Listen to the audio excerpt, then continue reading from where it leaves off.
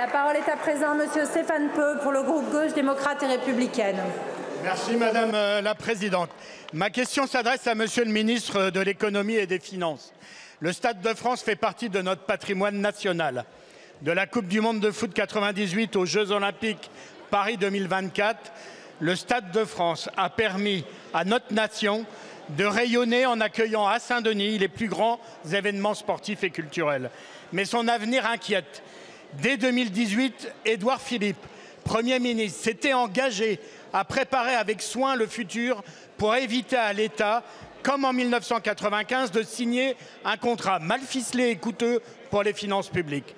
Malheureusement, cette vigilance ne sera suivie d'aucun effet. La procédure d'appel d'offres sera lancée par vos services dans l'urgence, mi-2023, sans que l'État ne définisse une stratégie claire. Quel investissement pour rénover le stade pour les 30 prochaines années? Quelle garantie pour les finances publiques tout au long de la prochaine concession? Quelle négociation préalable avec les fédérations de foot et de rugby qui, je le rappelle, sont délégataires de services publics? Toutes ces questions et bien d'autres adressées au gouvernement sont restées sans réponse. Et cette opacité inquiète.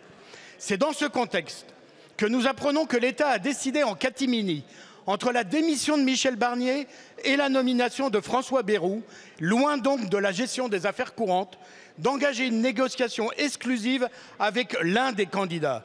Monsieur le ministre, mes questions seront simples. Est-il encore possible d'éviter une situation où, faute de temps, l'État se retrouve tel le dindon de la farce? Comment assurez-vous que le contribuable ne sera pas une nouvelle fois sollicité? Ne faut-il pas reprendre cette procédure à zéro tant qu'il est encore temps? Je vous remercie. Merci beaucoup, mon cher collègue. La parole est à Monsieur Éric Lombard, ministre de l'Économie et des Finances. Madame la Présidente, Mesdames et Messieurs les députés, Monsieur le député Stéphane Peu, oui, ce stade est merveilleux dans votre département. Ce Stade de France qui appartient à l'État et dont la construction fait l'objet depuis sa construction d'une concession à 30 ans qui s'achève en août prochain, en août 2025. Durant 30 ans, le concessionnaire a bénéficié de subventions importantes de la part de l'État pour la construction, pour l'exploitation, pour l'équipement, comme le souligne un rapport récent de la Cour des comptes. L'État a initié le 9 mars 2023 une consultation afin de désigner le futur titulaire du contrat de concession relatif à l'exploitation du stade. Et à l'occasion de cette nouvelle concession, laissez-moi vous le préciser, l'État souhaite renforcer l'attractivité de ce stade, sa capacité, la qualité des espaces, les prestations, les animations. Et nous souhaitons le maintenir aux meilleurs standards européens et contribuer ainsi à l'attractivité, monsieur le député, de votre territoire. Renforcer le dynamisme de cet équipement en permettant l'accueil d'un maximum de matchs et d'événements pour servir les habitants et les visiteurs. Et enfin, et également, c'est une priorité, la ministre vient de le rappeler, d'en faire un acteur de la transformation écologique. Un cahier des charges a été établi.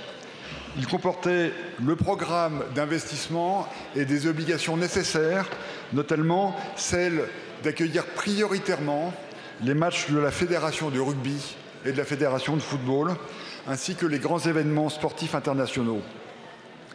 À l'issue d'une phase rigoureuse de sélection, 2 candidats retenus ont remis 2 offres successives en janvier puis en octobre 2024. Durant toute la procédure, l'État a veillé à ce que la pression concurrentielle soit maintenue et s'est assuré de la prise en compte des collectivités locales. Il a été attentif à l'égalité de traitement entre les candidats. Et à l'issue de cette procédure, nous sommes en négociation exclusive avec un des candidats. Merci beaucoup, Monsieur le ministre. Monsieur le député, Monsieur Peu, vous non. Donc la parole est à présent à Madame la Présidente Marine Le Pen.